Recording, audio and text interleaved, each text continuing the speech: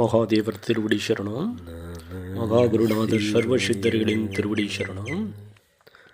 ஆன்மீக நல்லுள்ளங்களுக்கு வணக்கம். ஆன்மீக நல்லுள்ளங்களே, நம்மளுக்கு இந்த நமசிவய மந்திரம் சீக்கிரம் சித்தியாகணும் அப்படின்னா சொல்கிற மாதிரி நீங்கள் வழிபாடு பண்ணிங்களா உங்களுக்கு அது சீக்கிரம் சித்தியாகிடும். சரிங்களா? முதல்ல என்ன பண்ணணுன்னா, இதுக்கு தேவையானது நீங்கள் விபூதி அணியணும். கொஞ்சம் விபூதி தேவை, ருத்ராட்ச மணி தேவை, கீழே உட்காந்து ஜபம் செய்கிறதுக்கு விரிப்பு ஒன்று தேவை. சரிங்களா? இந்த மாதிரி செஞ்சு ரெடி பண்ணி வச்சுக்கோங்க. பிறகு நீங்கள் எங்கே ஜபம் பண்ணுறீங்கன்னு முடிவு பண்ணிக்கோங்க. உங்களோட பூஜை அறையில் உட்காந்து செஞ்சிங்களா ஒரு 100 மடங்கு பலன்னா, உங்களோட வீட்டோட மாடியில் செஞ்சிங்களா ஒரு 200 பங்கு பலன் தரும். அதே கோயிலில் உட்காந்து பண்ணிங்களா ஒரு 1000 மடங்கு பலன் தரும். கோசாலைகளில் உட்காந்து பண்ணிங்களா ஒரு 1500 முறை பலன் தரும்.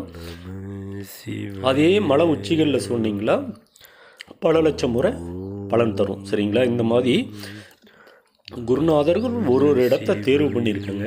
அந்த இடங்களை நீங்கள் முன்னாடியே தேர்வு பண்ணிக்கோங்க. சரிங்களா? நீங்கள் கொஞ்சோண்டு விபூதி எடுத்து உங்கள் உச்சந்தலையை தொட்டு ஓம் ஈசானியாய நம அப்படின்னு சொல்லி சிறிது விபூதி போட்டுக்கோங்க.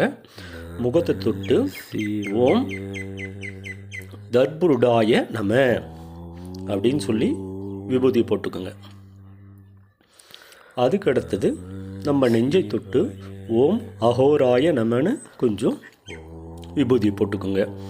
பிறகு உங்களோட குயத்தை தொட்டு, குயம்னா குறி, சரிங்களா? தவற எடுத்துக்காதீங்க. அவங்கள தொட்டு ஓம் வாமதேவாய நம அப்படின்னு சொல்லி போட்டுக்கோங்க. அதுக்கு அடுத்தது நம்மளோட பாதத்தை தொட்டு ஓம் சக்தியே சாதாய நம அப்படின்னு சொல்லி போட்டுக்கோங்க. இப்படி போட்ட பிறகு நம்ம நீட்டாக நமசிவய மந்திரத்தை உங்களுக்கு அப்படியே அருமையாக ஒரே மாதிரி நிறுத்தி நிதானமாக மிக பயபக்தியோட இந்த அண்டத்தில் இருக்கிற நமசிவய உங்களோட பிண்டத்தில் இருக்கிறதா கற்பனை பண்ணி உங்களோட பருவ மத்தியில் சிவரூபத்தை கொண்டு வந்து, சிவபெருமானோட ரூபத்தை கொண்டு வந்து ஓம் நமசிவயே அப்படின்னு உங்களை மனமாற எம்பெருமான உங்களையும் இதே சிவலிங்க வடிவில் நினச்சிக்கோங்க. சரிங்களா? சிவலிங்க வடிவில் உங்களையே கற்பனை பண்ணிக்கணும். அப்படி கற்பனை பண்ணிக்கிட்டு புருவ மத்தியிலேயே இருக்கணும். அவர் எம்பெருமானோட உருவம் சிவலிங்கத்திலையும் காட்சி தரணும். உங்களோட உடம்பையே சிவலிங்கமாக மாற்றி அப்படியே தியானத்தில் உட்காரணும். சரிங்களா?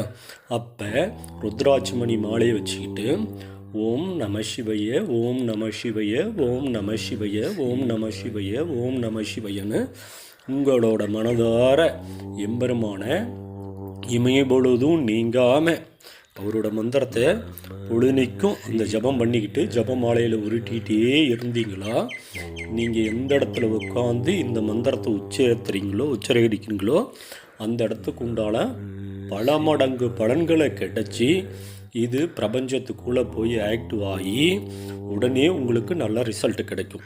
சரி, இந்த மந்திரம் எப்படி சித்தி ஆயிடுச்சு அப்படின்னு சொல்லி நீங்கள் பார்த்தீங்களா? நீங்கள் எம்பெருமானுக்கு பிரசாதம் படைக்கிறீங்க இல்லையா? அப்போ நீங்கள் தீர்த்தம் வச்சு பிரசாதங்கள் படைப்பீங்க. அப்போ நீங்கள் உணரலாம், தூப தீபம் காட்டுறப்பையும் உணரலாம். என்ன மாதிரி இது நடக்கும் அப்படின்னா, நீங்கள் பூவோ இதோ எடுத்து எம்பெருமானுக்கு நைவேத்தியம் பண்ணுங்க. சமர்ப்பணம் பண்ணக்குள்ள உங்களோட விரல்கள்லையும் கைகள்லையும் ஒரு மின்காந்த அலைகள் செயல்படும். சரிங்களா?